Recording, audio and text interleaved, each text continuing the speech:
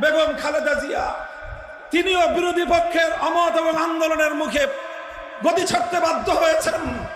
তিনি পদত্যাগ করেছেন এবং তিনি সরকারের মাধ্যমে নানাভাবে নিগৃহণের শিকার হয়ে অশীতিপর বয়সে জীবন এবং মৃত্যুর সন্ধিক্ষণে দাঁড়িয়ে বছরের পর বছর জেল খেটেছেন, কারারুদ্ধ থেকেছেন, কিন্তু দেশের জনগণকে ছেড়ে, দেশের মাটি ছেড়ে, তার দলের নেতা কর্মীদেরকে তোপের মুখে ফেলে দেশ ছেড়ে পালিয়ে যান না।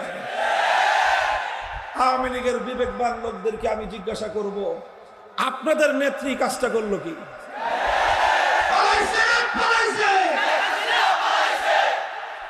আমরা কিছু বলবো না, আপনাদের বিবেকের বদ্ধ দুয়ারটা খুলে দিয়ে আজকে রাত্রে বাড়িতে গিয়ে ঘুমাবেন আর নিজের কাছে, বিবেকের কাছে প্রশ্ন